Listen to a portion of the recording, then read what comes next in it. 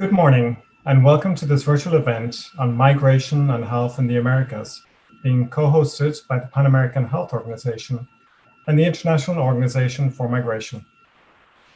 This morning, we have brought together stakeholders in health and migration in the Americas, countries, international organizations and NGOs, civil society groups, the press, and of course the leaders of the Pan American Health Organization and the International Organization for Migration. This event will focus on the health context of migration in the Americas, and we will witness the signing of an agreement between PAHO and the IOM that will strengthen collaboration between the organizations. But before we begin, let's discuss some logistics for our virtual event. We are running the event in Zoom, and we have available interpretation services in Spanish and in English. For those services, please go to the icon for interpretation, select language, and mute original language. Please do keep your mics closed during the event if you're not speaking. We will have a question and answer sessions later, so please use the chat during the session for any questions that you may wish to present to the speakers. The event is also being transmitted on our social media platforms, Facebook and Twitter, and being live streamed on YouTube. And of course, we encourage you to engage with us on social media. The IOM is represented here this morning by its Director General, Antonio Vitorino, and senior staff, including Luca Dalloglio, the Chief of Mission of the IOM in Washington, D.C., Marcelo Pisani, the Regional Director, South America, Ms. Michelle Klein-Solomon, the Regional Director for Central North America and the Caribbean, and Diego Beltran, the Special Envoy for the Venezuela response. PAHO is represented by our Director, Carissa Tien, and with her today is the Deputy Director, Mary Lou Valdez, the Assistant Director, Jarbas Barbosa, Ciro Ugarte, the Director of Public Health Emergencies, and myself, James Fitzgerald, Director of Health Systems and Services. To begin then, I would like to invite Dr. Carissa Tien, Director of the Pan American Health Organization, to address the forum. Thank you, James. Senor Antonio Vitorino, Director General of IOM, and senior staff in IOM, Dr. Mrs. Lou Valdez, Mary Lou Valdez, our Deputy Director in PAHO, Dr. Jarbas Barbosa, our Assistant Director in PAHO, other UN colleagues, NGOs, civil society. Let me also greet James Fitzgerald, who is moderating, but is our Director of Health Systems and Services, and Ciro Ugarte, who is the PAHO Health Emergencies Director. And between the two of them, they lead the work in PAHO on migrants. Let me also greet all of you who are joining us this morning on the various social media platforms. A very good morning to all of you. Let me begin this morning by congratulating our sister organization, the World Food Programme, for having been awarded the Nobel Peace Prize. I hope it is public. If not, I'm sorry to spill the secrets, but certainly congratulations. And we at all in the UN system, all of us are so pleased, and we feel part of the movement, and we really congratulate you. As Director of the Pan American Health Organization, I am pleased to be co-hosting this event with my colleague within the United Nations system, Antonio Vitorino, who, as you know, is the Director General of the International Organization for Migration. As the respective heads of our agencies, we have committed to sign today a Memorandum of Understanding that will deepen our collective action in the Americas to support and improve the health and well-being of migrant populations and that of their host countries. The region of the Americas has a long and rich history of migration. Extracontinental migration continues with regions such as Asia and Europe. Active migration exists between clusters of countries and economic blocs, such as the Caribbean community, and from these clusters as well. It is estimated that over 6.3 million Caribbeans live outside the Caribbean region. Migration continues also between our northern and southern continents. Indeed, most countries in the region have been at some point in time territories of origin, transit, destination, and return. As we recognize the history and the tradition of migration throughout the Americas and its contribution to the diversity, wealth, and development throughout the region, we must also recognize that throughout the mobility continuum, migrants are often exposed to diverse social, environmental, and economic factors that jeopardize their physical and mental health and well-being. Migrants face challenges at every stage of the migratory process. Transitioning through countries, their health security is often threatened. They often face stigma and discrimination as they seek the most basic care and treatment, food or shelter, and they face important cultural barriers which impact access to health. In recipient countries, administrative barriers impede access and coverage in essential services, with safety nets often excluding the migrant population from accessing social services and protection mechanisms.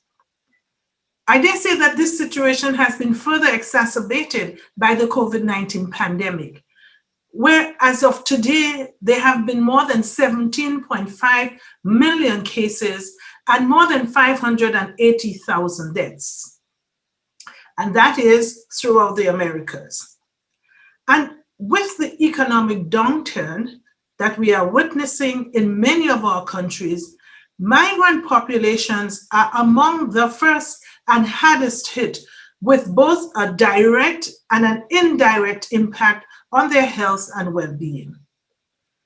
Migrants often lack adequate sanitation and living conditions, which has made physical distancing extremely difficult, if not impossible, certainly for those living in informal settlements, in shelters, and immigration detention centers. Migrants are one of our most vulnerable populations, and in terms of equity and social justice, migrant health is a priority. And health and migration constitutes a critical area of work that all social and developmental sectors in the region must address.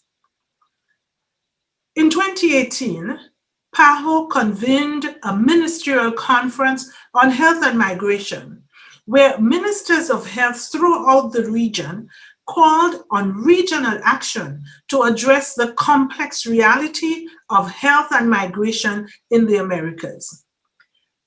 This reality is characterized by an increased demand for health services in border areas across the Americas, with local health systems struggling to meet that demand. It's also characterized by an inadequate mechanism to meet both the short and longer term health needs of migrants, together with the host population, as a consequence of limited financial, human, and infrastructure investments in health systems. And also policy and legislative frameworks that inadequately protect migrants, limiting their participation in national health, social, and economic development. PAHO has been engaged with countries and the IOM in addressing these challenges. We have supported national intersectoral policies and plans that ensure that health action within the context of migration remains a priority.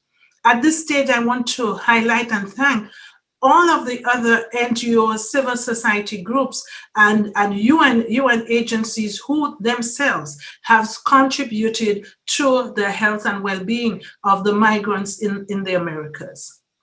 PAHO has supported with IOM and other partners national intersectoral policies and plans that ensure that health action within the context of migration remains a priority. We have worked collectively and with civil society to organize and support the strengthening of border health, in the expansion of border healthcare networks, and in health reciprocity agreements between countries. We have supported legislative action that guides countries in supporting the integration of migrants within social and healthcare systems. We have trained healthcare workers to better address the differentiated needs of the migrant population.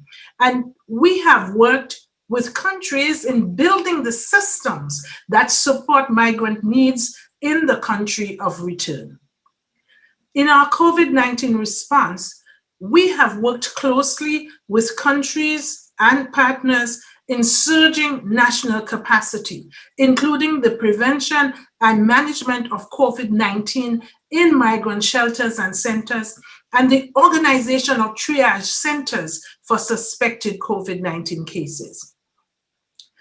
The work completed has shown us that there is so much left to be done.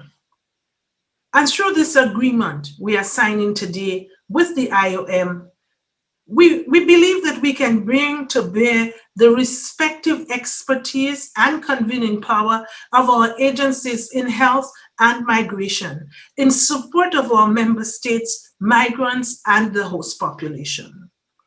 But you may well ask, what does that mean in terms of the program of work that we have envisaged moving forward? I believe it means intensifying our support to countries in the development of transformative policies that are based on the principles of universal access to health and universal health coverage. And that includes and addresses the migrants' needs. It means strengthening the response in border health to ensure human security and social protection, while ensuring emergency health preparedness and services.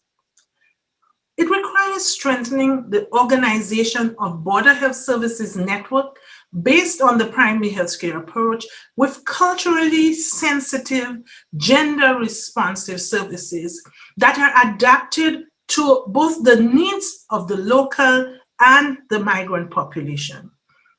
It means improving healthcare surveillance, monitoring the health status of migrant populations, including the identification of risk factors to address migrants' specific health needs, especially for those most vulnerable within the migrant communities, for example, the women and children. It also means working together to enhance intersectoral collaboration, to better plan health interventions with a short, medium-term, and long-term vision within the overall holistic development that our migrants must be part of. The region of the Americas has participated actively in the negotiation and the adoption of numerous global and regional agreements in health and migration. This Memorandum of Understanding we are signing here today with the OIM will support the translation of these high-level agreements into an operational support framework for implementation of these agreements at the national and the local levels. It will broaden and facilitate inter-country development, implementation, and oversight of national policies in health and migration. Yes, we are very, very ambitious. I would like, Antonio, I would like to thank you and the IOM for your work in the Americas, for supporting the health of migrant and host populations, and promoting and protecting the principles of the right to health for all in this region. I am looking forward to deepening our relationship and building on the joint PAHO IOM platform to advance health as a driver for development in the region, addressing the needs of this vulnerable population during these times of a pandemic, but beyond. The 2030 Agenda for Sustainable Development has identified action in migration as key to a more sustainable and equitable world. And the SDGs have identified the achievement of universal health as a foundation for health and development, SDG 3. Through our strengthened partnership, I am confident that we are taking one more small but important step in the Americas to make sure that by 2030, we have achieved our goals that have been set forth in the Sustainable Development Agenda, making sure that we are truly leaving no one behind. Thank you for this opportunity to work with you, Antonio, and the rest of your staff. Thank you. Thank you very much, Dr. Etienne. I'm now pleased to invite Mr. Antonio Vitorino, the Director General of the International Organization for Migration, to address the forum. Thank you so much, and good morning to all of you from Geneva. Dear Director, dear Carissa, dear colleagues of PAHO and IOM, ladies and gentlemen, let me start by joining you, Carissa, in congratulating our colleagues of the World Food Programme for the Nobel Peace Prize 2020. It's a tribute to the remarkable work of WFP, but also a tribute to multilateralism in the current times. We in IOM, we welcome with great appreciation this meeting with PAHO, which paves the way to joint efforts and also to exploring new innovative partnerships. We are committed from our side to ensure a rights-based, people-centered, and inclusive approach that prioritizes the safety, dignity, and well-being of assisted populations. Multilateralism is invaluable in the pursuit of inclusive and sustainable development as outlined in the Agenda 2030. And as you have said, Carissa, truly leaving no one behind means guaranteeing the full respect to universal health coverage. As the United Nations have shown with the adoption of the Global Compact on Safe, Orderly and Regular Migration and the Global Compact on Refugees, we stick committed to these values and these principles as a system and as individual agencies. As you mentioned, migration to Northern America is a key feature in the Latin America and in the Caribbean region. Social economic conditions and generalized community-level violence in several Central American countries have contributed to migration, including, one must say, high numbers of women and children who are particularly vulnerable to trafficking and abuse and exploitation. In these conditions, migrant smuggling has become a major feature of the sub-region as people attempt to bypass border controls in Central America and Mexico. And during the COVID-19 pandemic, irregular migration flows and smuggling has intensified, exposing migrants to severe health risks. Just last week, 4,000 migrants from Honduras, including unaccompanied children, arrived in Guatemala without proper health checks and in vulnerable conditions. Furthermore, as we all know, the sub-region of the Caribbean is highly prone to both seismic activity and climate-related disaster risks, exposed to sea level rise, and recent disasters have shown the large scale of displacement of populations and loss of lives, unfortunately. Intra-regional migration within South America continues to be very significant, with the large majority of international migrants currently moving within the sub-region. Moreover, political and economic turmoil in the Bolivian Republic of Venezuela has led to one of the most acute humanitarian crises in the world, displacing millions of people from the country. Since 2015, more than 5 million migrants and refugees have left Venezuela, making it the largest recorded displacement crisis in Latin America. In response to this situation, IOM and PAHO have built a particularly strong strategic partnership in the framework of the Regional Interagency Platform for Migrants and Refugees from Venezuela. As you know, the platform is co-led by UNHCR and IOM. PAHO co-leads the health sector of the platform, and we have been collaborating very closely with hundreds of NGOs, private sector, and entities of the civil society of the host countries during the past years to support Venezuelan migrants and refugees, including by addressing their medical needs. But COVID-19 has exacerbated the already challenging situations in which displaced Venezuelans have found themselves in, while highlighting the important structural inequalities and obstacles they face already under normal circumstances. Though localized to particular countries in Latin America, one should not forget those who are displaced inside their own countries. And one must recall that over 5.7 million people remained internally displaced in Colombia at the end of 2018. Poverty, despair, and lack of employment opportunities continue to trigger perilous migration flows and, of course, associated health risks.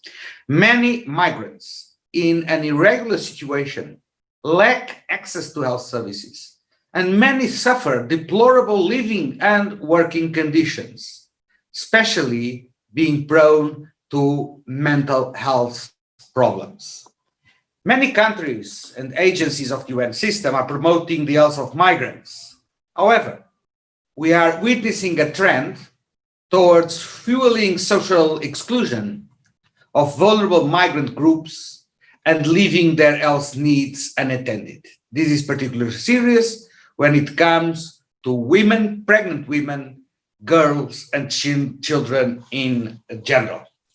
The current pandemic is once again teaching us that the lack of appropriate health insurance, often coupled with insufficient financial resources, may negatively impact in migrants' ability to take preventive measures against COVID-19 and to receive medical care if contaminated.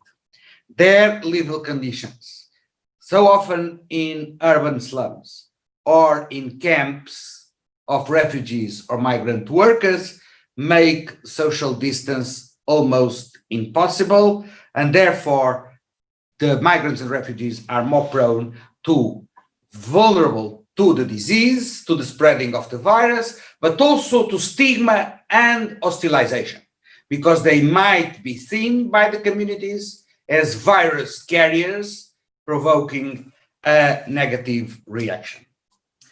This initiative today is very simple. We sign a paper. But the question is legitimate. What does this mean, signing an MOU of agreement between the two organizations? It means two fundamental things. First, it's an MOU based on the concrete work that we have already developed in the ground, in the field, with the beneficiaries, to the protection and safeguarding of their human rights and their health. But it also means a commitment for the future, a commitment of sharing values and being engaged to guarantee full access to health care for migrants, refugees, displaced people, in general terms, people on the move. This initiative will bring together, I hope, governments, other UN agencies, civil society, implementing partners, and the academy across the region of Latin America and the Caribbean, and across sectors and disciplines to address migrant health issues associated with rapidly changing and increasingly diverse societies. We will act as one UN, and we'll definitely, Carissa, as you said, leave no one behind. Thank you. Thank you very much, Mr. Vitorino.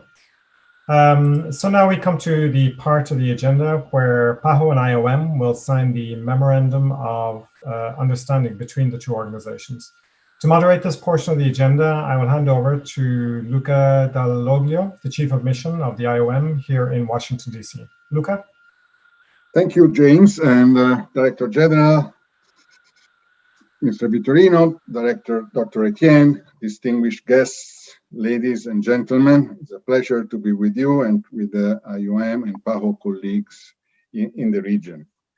We have now reached the peak of today's high-level event, the signing of a landmark agreement between the International Organization for Migration and the Pan American Health Organization in order to strengthen our partnership on health and migration in the Americas. This agreement builds on the ongoing collaboration already taking place in the region and led by PAHO's leadership, along with the IOM colleagues, the regional directors, who, for IOM, will be tasked to translate this MOU into action. And I know that they are participating in this event and would like to recognize them. Michelle Solomon for Central America, North America, and the Caribbean, Marcelo Pisani for South America, Diego Beltran, the Special Envoy for the regional response to the Venezuelan situations and outflows. The commitment of our respective agencies will help facilitate collaboration in the area of migration health in order to address the health needs of migrants and host communities and to assist member states in addressing health issues associated with the different stages of the migration cycle. The signatory representing PAHO today is Director Carissa Etienne, and representing IOM is Director General Antonio Vitorino. Prior to this event, the signatories exchanged signed copies of the Memorandum of Understanding for each party to countersign during today's ceremony. At this point, I kindly request the cameras to be positioned only on our two principals for the virtual signing. At this time, I'd like to invite both parties to sign the agreement between IOM and PAHO.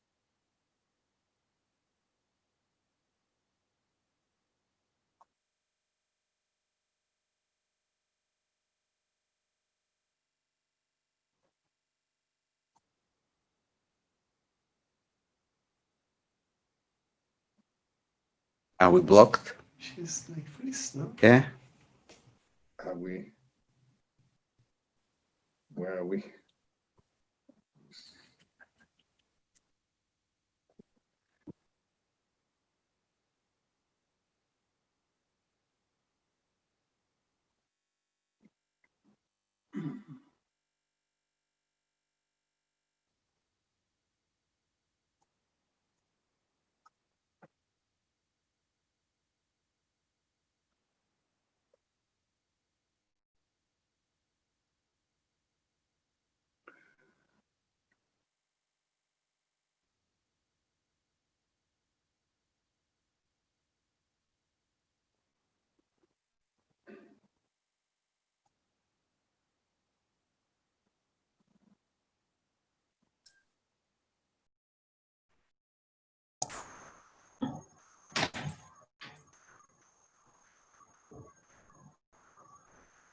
Are we back online?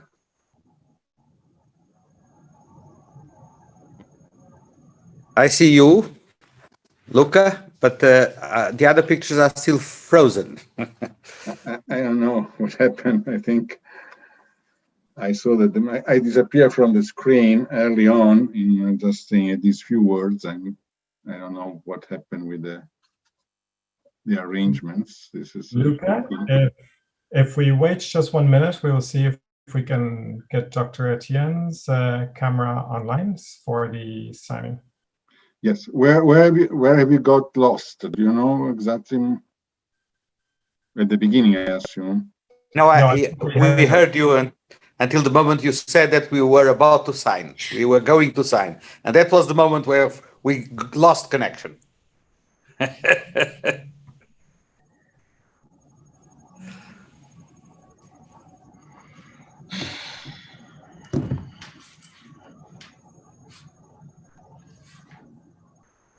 Just to let you know that we are still connected. This is Ciro Ugarte, Director of Health Emergencies, but the video is not active, so the host will Sí, deactivate.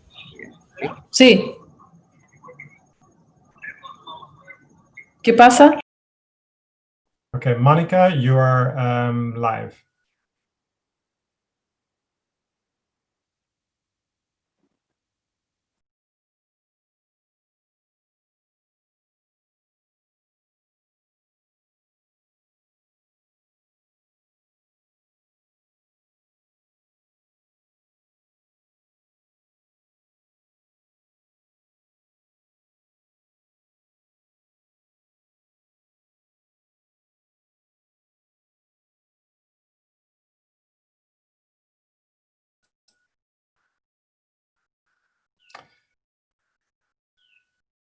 Director General, if I may, in the meantime, and to keep the flow of the meeting, maybe we can explore a little bit more with you some of the important issues that you were referring to within the context of COVID-19, while we see if we can bring back Dr. Etienne live.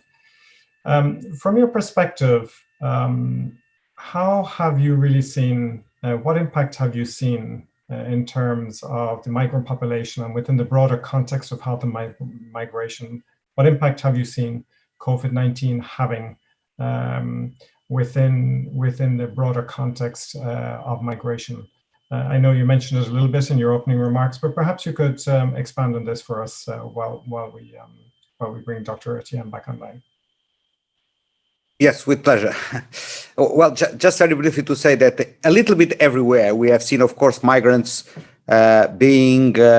losing their jobs and employment, because the vast majority of them work in the informal economy. And due to the lockdowns and the closure of the borders, in order to respond to the pandemic, they were the most vulnerable to losing their livelihoods. We are pleased to see, for instance, that in a number of countries, like in Colombia, evictions have been stopped. But of course, losing the shelter they had was one of the most striking impacts of the pandemic. A second movement I would emphasize is the mobility of some Venezuelan displaced people who have returned to Venezuela, putting even more pressure and stress on the Venezuela health system that is already under enormous constraints and difficulties. And the third, last but not least, of course, reaching out to migrants and making them access to health care is quite challenging, because sometimes they are in locations that are not very easy to access. So in these three elements, at least, I would say that the pandemic has had a relevant impact in the situation of migrants. And therefore, for instance, in some cases, the dangers that people are taking, the risks that people are taking are very high. I've mentioned the caravan of Honduras to Guatemala last week. 4,000 people displaced without any kind of health control, and therefore risking not only their own lives, but also the potentiality of spreading the virus. Okay, thank you very much, Mr. Vitorino. I understand we have Dr. Etienne back. Dr. Etienne, do you hear us? Yes. Very good. Okay, so Luca, I will pass over now to you, back to the signing ceremony. Thank you, James, and apologies for these inconveniences associated with our, virtual way of working. But let's go back to where we were, and we have now reached the peak of our event and ceremony today, and this is the signing of a landmark agreement between IOM and PAHO in order to strengthen our mutual partnership and collaboration on health and migration in the Americas. This agreement builds on the ongoing collaboration already taking place between our organizations in the region and is led by PAHO's leadership along with IOM regional directors, whom I would like to recognize as participating today from Central America, Michel Solomon, Marcelo Pisani for South America, and Diego Beltrán, the special envoy for the regional response for the Venezuela outflows. The commitment of our respective agencies will help facilitate collaboration in the area of migration health in order to address the health needs of migrants and host communities and to assist member states in addressing health issues associated with the different stages of the migration cycle. The signatory representing PAHO today is the Director Carissa Tien, and representing IOM is Director General Antonio Vitorino. Prior to this event, the signatories exchanged signed copies of the Memorandum of Understanding for each party to countersign during today's ceremony. At this point, I kindly request the cameras to be positioned only on our two principals for the virtual signing.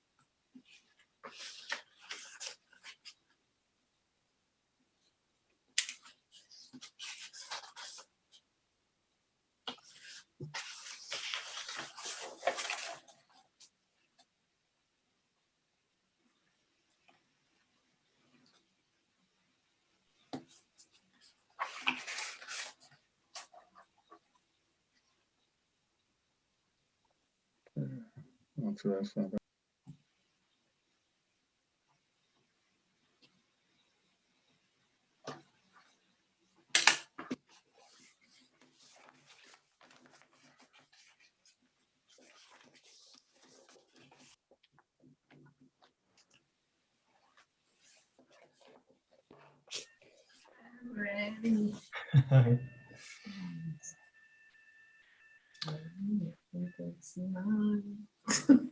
Congratulations. Thank you. So now with this, Thank you so much. Thank you. Thank you. And thank you very much, Luca, for moderating that part of the agenda. We'll now move to some questions, and I would invite the participants in the meeting to post your questions in the chat. We have some questions in the chat already. We've also received some questions prior to the event following the issue of the media advisory. And one question I think that I would like to start off with is for Dr. Etienne. A question on what are the real specific main health challenges that migrants are facing in the Americas at present? If you could elaborate a little bit more on that for us. So thank you very much, James, for that question, whoever posed it. And when I joined back the chat, I was listening to Antonio, who has addressed many of the main challenges. So I'm not going to repeat those that he said, but to complement and supplement. Migrants normally along the mobility continuum, they continuously struggle to access health services, sanitation, social protection mechanisms, and they face discrimination and stigma. And certainly during these times of COVID, it is heightened. And COVID, it has been an experience that has exacerbated many of the deficiencies that people face, and also highlighted the plight of the most vulnerable populations. Besides their lack of access, they tend to have very little access to water and sanitation. And so the very basic principles of how you protect yourself from COVID, many of them don't have access to. They don't have access to hand washing facilities.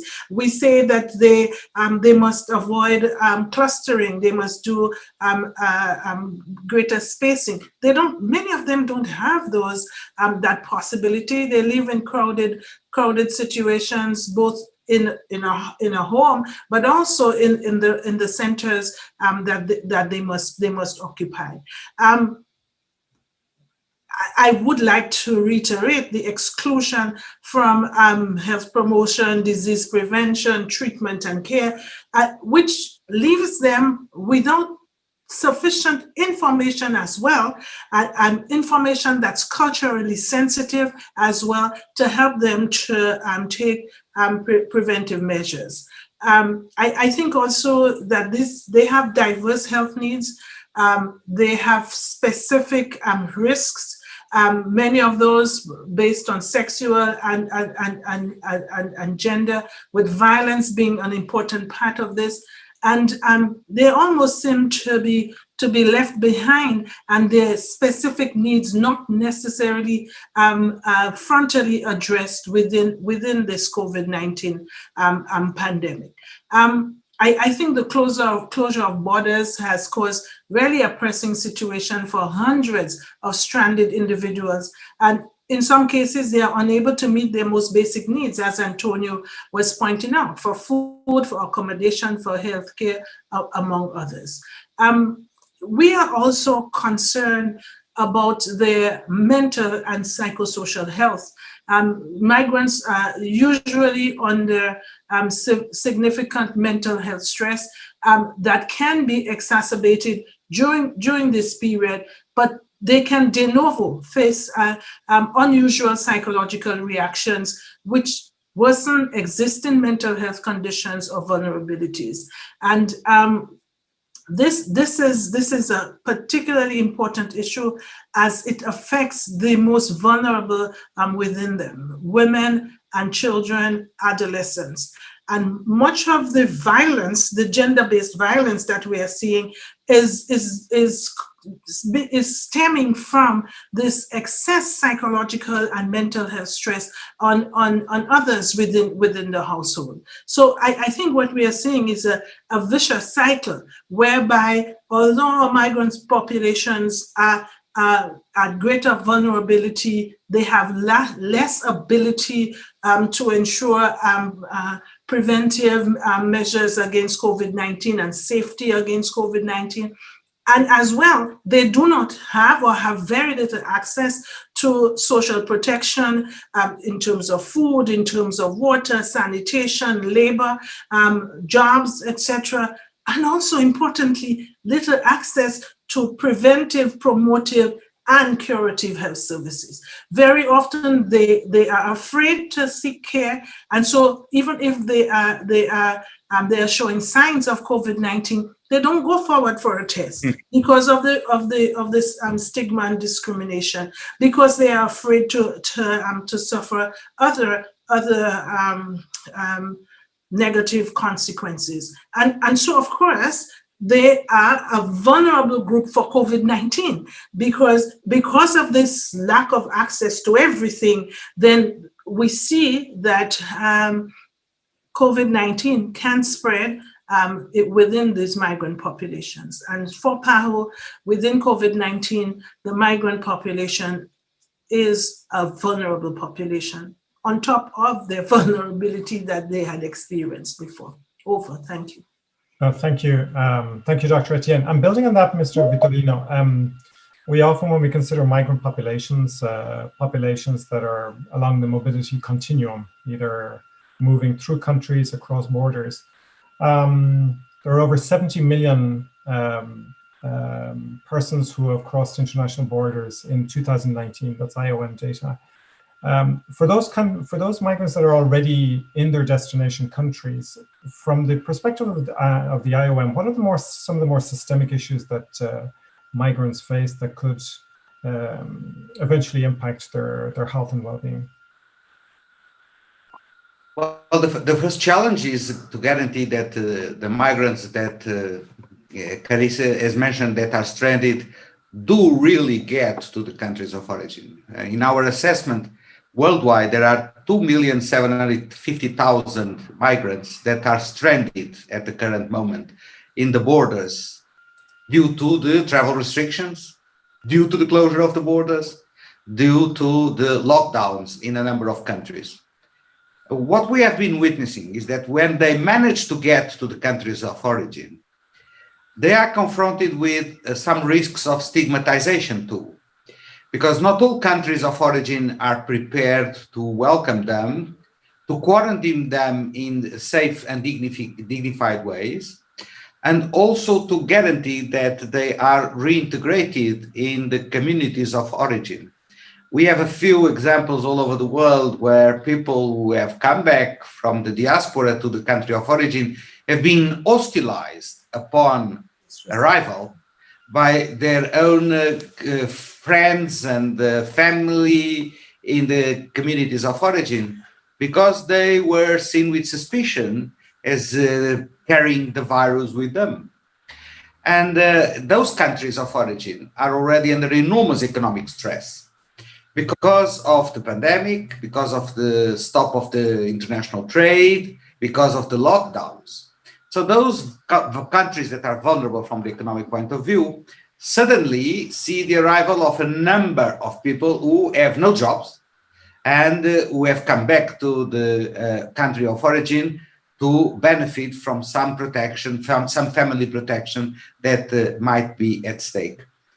Yesterday, just to give you a very concrete example, yesterday I was speaking with a journalist that is following a Venezuelan family that has been in Colombia, went back to Venezuela, and then not finding a solution in Venezuela, went back again to Colombia. So, as you can imagine, in this travel back and forth, they are very much exposed to vulnerabilities, to health risks, and definitely it's a situation of high instability. Thank you very much. We have a couple of questions coming in from participants. Dr. Etienne, there is a specific question coming in from Lemina Ochoa, a reporter from Uno TV in Mexico, asking if PAHO considers that the Mexican authorities have provided or taken sufficient actions to ensure the health and sanitation needs to mitigate against the coronavirus for migrants to the northern and southern borders. And there's another question that's similar to that in terms of the capacity in Mexico to respond. So perhaps you could talk a little bit about the response, the PAHO response within the context of supporting Mexico. So thank you, James. And I think from the outset, we must recognize the significant challenge to the authorities in Mexico to manage their own populations and the migrant population, who face, as we said, some really very challenging situations. So PAHO, we have maintained close contact and coordination with the national health authorities in Mexico to support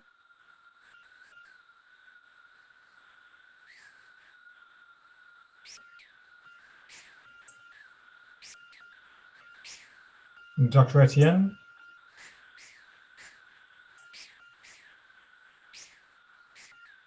I think we have lost Dr. Etienne. We'll just give her a couple of more seconds. And if not Ciro, I will ask perhaps if you can support the actions that they are leading in preventing further.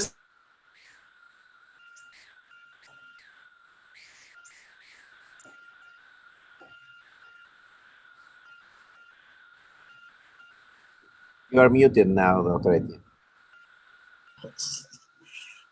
We, in addition, through the participation in the Situation Room, we have supported the preparation and review of technical guidelines that are associated with the COVID-19 response.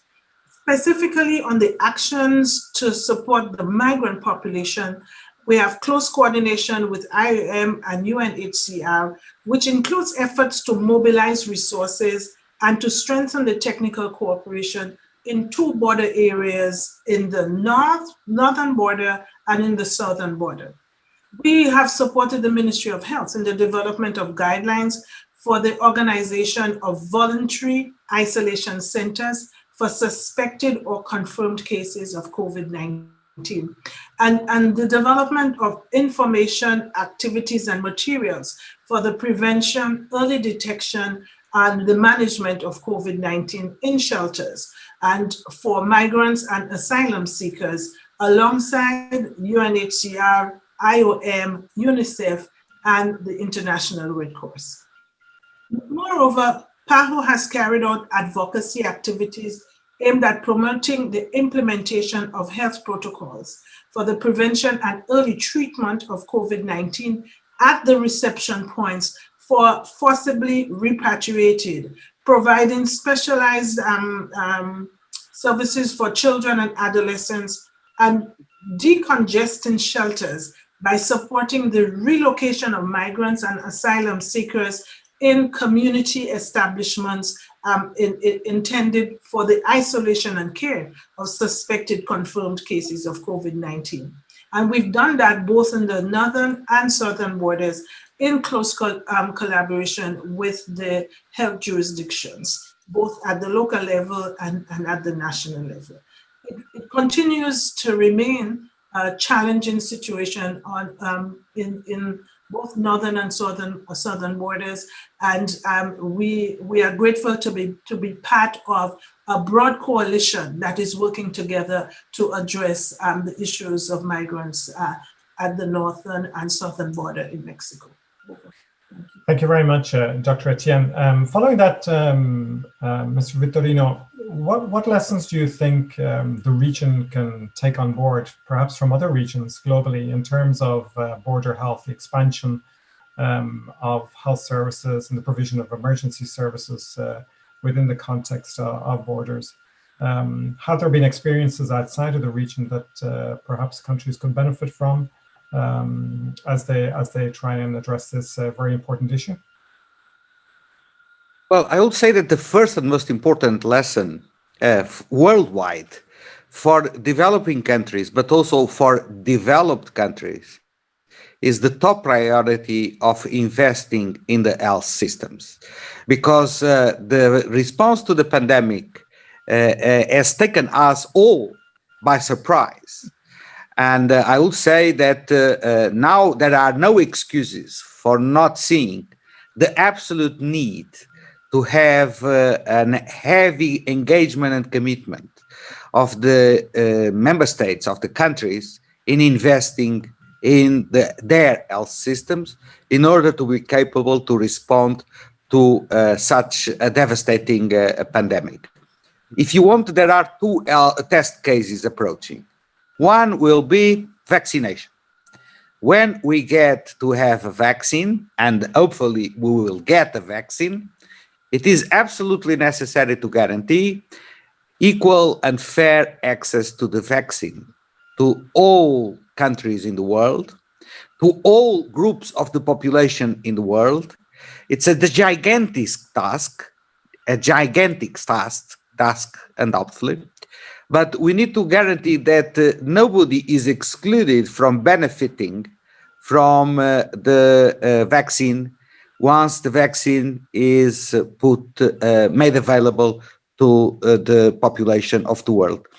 The second test is that it's quite clear that the world cannot go on being locked, borders cannot be closed, and definitely crossing borders, restating mobility, relaunching mobility will require, in crossing borders, a very heavy health assessment about the situation of those who cross the borders.